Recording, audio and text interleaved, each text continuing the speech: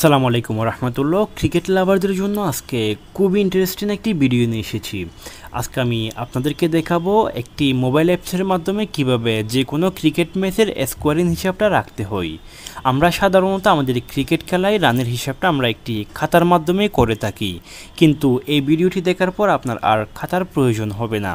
টিভিতে আমরা যে খেলাগুলো দেখি সেখানে যেভাবে রানের স্কোরিং হিসাবটা করা হয় সেম একইভাবে আমরা আমাদের ক্রিকেট ম্যাচেও একই সিস্টেমে আমরা আমাদের রানের হিসাবটা রাখতে পারবো। অর্থাৎ কোন ব্যাটসম্যান কত রান করছে, কোন বোলার কত উইকেট পাইছে, তার স্ট্রাইক রেট কত, সেম এভরিথিং সব সিস্টেম আমরা একটি অ্যাপ্লিকেশনের মাধ্যমে পাবো। তো বন্ধুরা, ভিডিওটা শুরু করার আগে একটাই রিকোয়েস্ট থাকবে, যারা যারা আমার চ্যানেল আজকে নতুন এসেছেন সবাই আমার চ্যানেলটি সাবস্ক্রাইব করে রাখবেন। যারা যারা অলরেডি সাবস্ক্রাইব করেছেন সবাইকে অসংখ্য অসংখ্য ধন্যবাদ।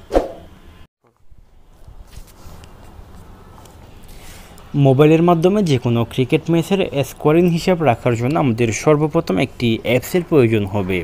আমরা অ্যাপসটি পেয়ে যাব প্লে স্টোরে। আমরা প্লে স্টোরে এসে সার্চ বক্সে সার্চ করব ক্রিকেট স্কোয়ার লিখে সার্চ করলে আমাদের সামনে এরকম একটি অ্যাপস চলে আসবে। আমরা এই অ্যাপসটি ইনস্টল করে নেব।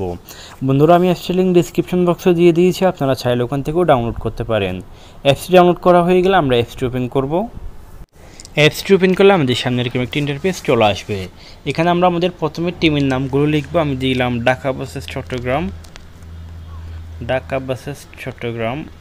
তারপর দেখতে পাচ্ছেন টস উইন বাই, এখানে যারা টস জিতছে তাদের উপর সিলেক্ট করতে হবে। আমি দিলাম চট্টগ্রাম টস জিতছে।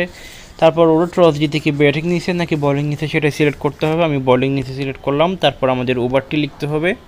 আমি 10 ওভার লিখলাম। তারপর আমরা অ্যাডভান্স সেটিংসে ক্লিক করে আমরা আমাদের এখানে প্লেয়ার সংখ্যাটা লিখে দেবো। আমি দিলাম 7 জনের খেলা। তারপর আমরা সেটিংসে ক্লিক করব।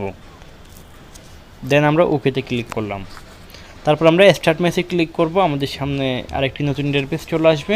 এখানে আমরা আমাদের স্ট্রাইকারের নামটি লিখতে হবে। আমি দিলাম তামিম। তারপর আমি নন স্ট্রাইকার দিলাম লিটন। তারপর আমাদের এখানে ওপেনিং বোলারের নামটি লিখতে হবে। আমি দিলাম মুস্তাফিজুর। দেন আমরা স্টার্ট ম্যাচে ক্লিক করব। তো বন্ধুরা, দেখতে পাচ্ছেন আমাদের সামনে নতুন একটি ইন্টারফেস চলে আসছে। আমরা এখান থেকে আমাদের রানের হিসাবটা করব। সাপোজ মনে করুন প্রথম বলে তামিম ইকবাল 1 রান নিচ্ছে, তাহলে আমরা 1-এর উপর ক্লিক করব। দেখতে পাচ্ছেন লিটন দাস ব্যাটিংয়ে চলে আসছে। সাপোজ মনে করুন লিটন দাস এই বলে 6 মারছে, তাহলে আমরা 6-এর উপর ক্লিক করব। দেখতে পাচ্ছেন 6 রান যোগ হয়ে গেছে। তারপর মনে করুন তারপরে বলটি ওয়াইড হয়েছে, তাহলে আমরা ওয়াইটে ক্লিক করব। দেন আমরা 0-তে ক্লিক করব। দেখতে পাচ্ছেন ওয়াইটের রানটি চলে আসছে। যদি নো বল হয় আমরা নো বলের উপর ক্লিক করে আমরা 0-তে ক্লিক করব। সেম একইভাবে যদি লেগ বাই হয় আমরা লেগ বাই ক্লিক করব, বাই হলে বাই ক্লিক করব। সাপোজ মনে করুন এই বলে লিটন দাস আউট হয়ে গেল, তাহলে আমরা উইকেটে ক্লিক করব। তারপর আমরা 0-তে ক্লিক করব। দেখতে পাচ্ছেন লিটন দাস কি আউট হয়েছে আমরা সেটা সিলেক্ট করে দেবো। এখান থেকে সে যদি LBW হয় LBW দেবো, যদি ক্যাচ আউট হয় তাহলে ক্যাচ আউটে ক্লিক করব এবং ক্যাচটি কে ধরছে সেটি সিলেক্ট করে দিতে হবে। এখানে ধরলাম লিটন দাস ক্যাচ আউট হয়েছে এবং তার ক্যাচটি মুস্তাফিজুর ধরলো, তাহলে আমি মুস্তাফিজুর নামটি সিলেক্ট করে দিলাম। এখানে নিউ ব্যাটসম্যানের নামটি লিখতে হবে। আমি দিলাম নিউ ব্যাটসম্যান সাকিব। তারপর আমরা ডানে ক্লিক করব।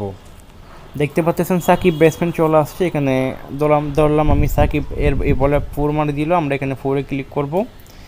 এভাবে আপনারা যে কোনো ক্রিকেট ম্যাচের রানের স্কোরিং হিসাবটা খুব সহজেই রাখতে পারেন। যদি আপনাদের ভিডিওটি ভালো লেগে থাকে তাহলে অবশ্যই একটি লাইক করবেন আর কমেন্ট সেকশনে আপনাদের মতামতগুলো জানাবেন।